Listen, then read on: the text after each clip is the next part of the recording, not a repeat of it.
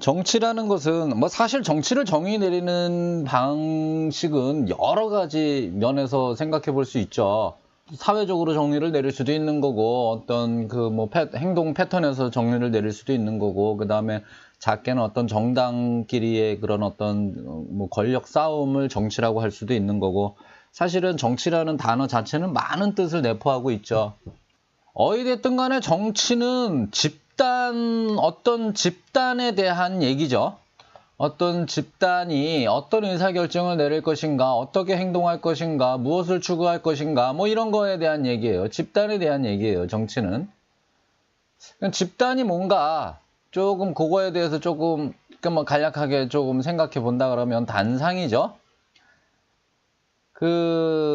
나는 나의 생존과 번영을 위해 애쓰는 한편, 어저께 제가 제 나름의 어떤 정의론을 설파를 했는데, 거기서 정의란 나의 생존과 번영을 위한 것이다. 나의 생존과 번영 자체가 곧 정의다라고 저는 그렇게 생각한다고 말씀을 드렸어요. 자, 그럼 집단은 뭐냐?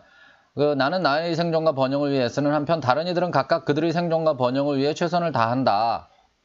그랬을 경우 원시 생명체였던 시기에 개체 간의 생존 법칙은 동종간이든 이종간이든 상관없이 어디까지나 강자가 약자를 잡아먹는 방식이었을 것이다. 뭐 이해하기 어렵지 않죠. 지금 세상도 뭐 동물들을 보면은 서로가 서로를 잡아먹으면서 살고 있죠. 뭐 사람이 어떤 모든 생태계의 가장 상위에 자리 잡은 가장 강자인데, 결국 사람도 죽으면은 최약자로 보이는 벌레들한테 잡아먹히죠. 뭐 죽은 채로 잡아먹히지만 여하간에 잡아먹히죠. 그렇게 세상은 돌고 돕니다. 뭐 그 얘기를 하려는 건 아니고, 여하간에 누구든 어느 생명체든 살려고 발버둥 치고, 어느 생명체는 잡아먹으려고, 살기 위해서 또 잡아먹으려고 발버둥을 쳐요. 근데 이 강자가 약자를 잡아먹는 그런 이전의 시스템에서, 원시 체계 하에서 아무런 윤리 개념도 존재하지 않고 딱히 규칙과 법이 필요하지도 않죠. 단세포 세균이 살기 위해 다른 세균을 잡아먹는 장면을 보고 선악을 논하는 사람은 없겠죠. 없을 거예요. 그러다가 아무런 감정 없이 서로가 먹고 먹히는 상태에서 차츰 약한 종을 먹기 쉽다는 것을 알게 되고, 강한 종에게는 먹히기 쉽다는 것도 알게 되고, 동종 간에는 서로 먹거나 먹히기도 어려운 균형 상태가 있음을 깨달았을 것이다 라고 저는 봤어요. 뭔 얘기냐 하면, 사자 입장에서 임팔라는 딱 봐도 쉽잖아요. 그죠? 그 다음에 하이에나 입장에서 사자는 딱 봐도 어렵잖아요. 먹힐 것 같잖아요. 그러니까 도망가야죠. 하이에나가 사자를 보면 도망가요. 하이에나가 임팔라를 보면 쫓아가요. 근데 하이에나가 하이에나를 보면 이길지 질지 반반이죠. 자기랑 똑같이 생겼으니까 딱 봐도 그냥 이길 것 같기도 하고 질 것 같기도 하고 그러잖아요. 그냥 보면 무작정 달려들거나 보면 무조건 도망가거나 그런 상태가 아닌 어떤 균형 상태가 있음을 깨달았을 것이라고 봐요.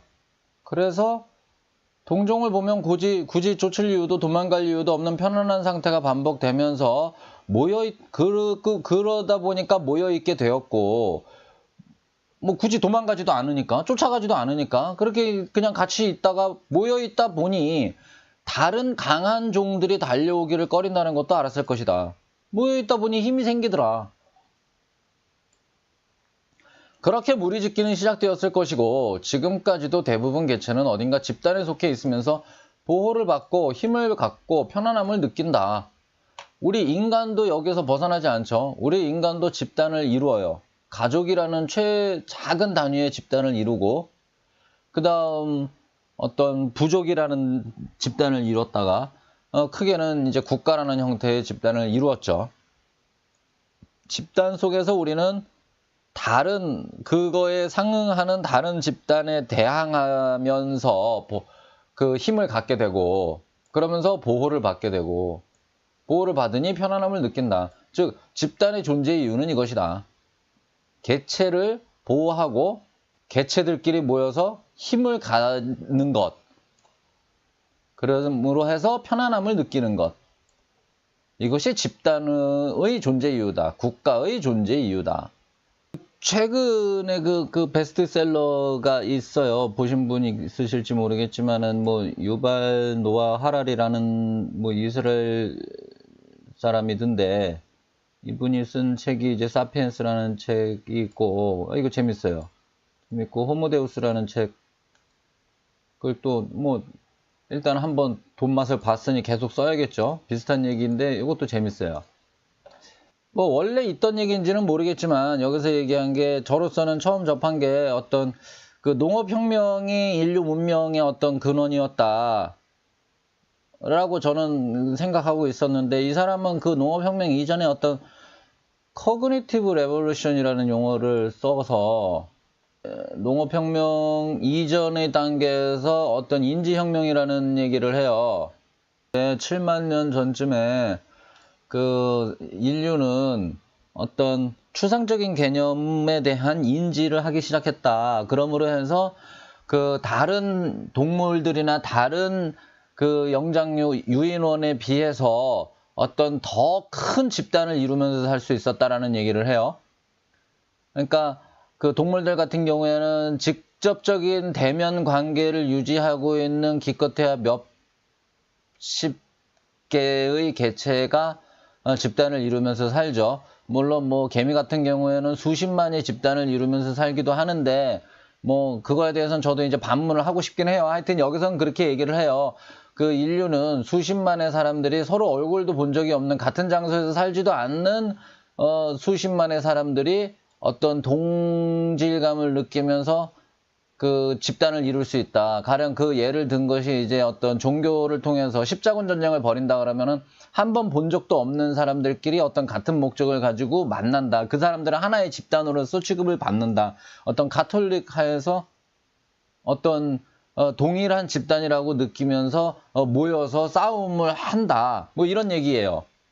어떤 집단에 대한 얘기를 하고자 제가 이제 요 얘기를 잠깐 하는 건데 그렇단 말이에요. 집단은 힘을 갖고 집단은 개체들을 보호하는 목적으로 그 다음에 분명한 것은 집단은 개인보다 힘을 갖습니다. 그 힘을 가지고 개인들을 보호하는 것이고 개인들은 집단에 속해 있으면서 편안함을 느끼고 안락함을 느끼게 됩니다.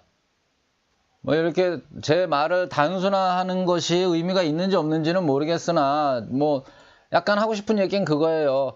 그 국가를 위해 개인이 뭔가를 해야 된다라는 뭐 케네디의 명언도 있지만은 저는 그렇지 않다고 봐요. 그 국가는 개인을 위해 존재를 한다. 집단은 개인을 위해 존재를 한다. 개인은 본인이 받은 어떤 국가라는 어떤 집단으로 받은 어떤 그 보호라는 가치에 상응하는 뭔가를 지불해야 된다. 그것이 어떤 국가에 대한 의무사항들이다. 국방의 의무라든가 납세의 의무라든가 그 대가로 개인들은 보호를 받을 뿐이지 국가를 위해 개인이 존재한다거나 국가가 뭐 개인보다 더 어떤 그 거룩하고 뭐 상위에 있는 존재라든가 그렇게 봐서는 좀 곤란하지 않은가. 개인을 위해 국가가 존재한다라는 인식이 좀 필요하지 않는가 라는 차원에서 조금 생각을 해봤어요.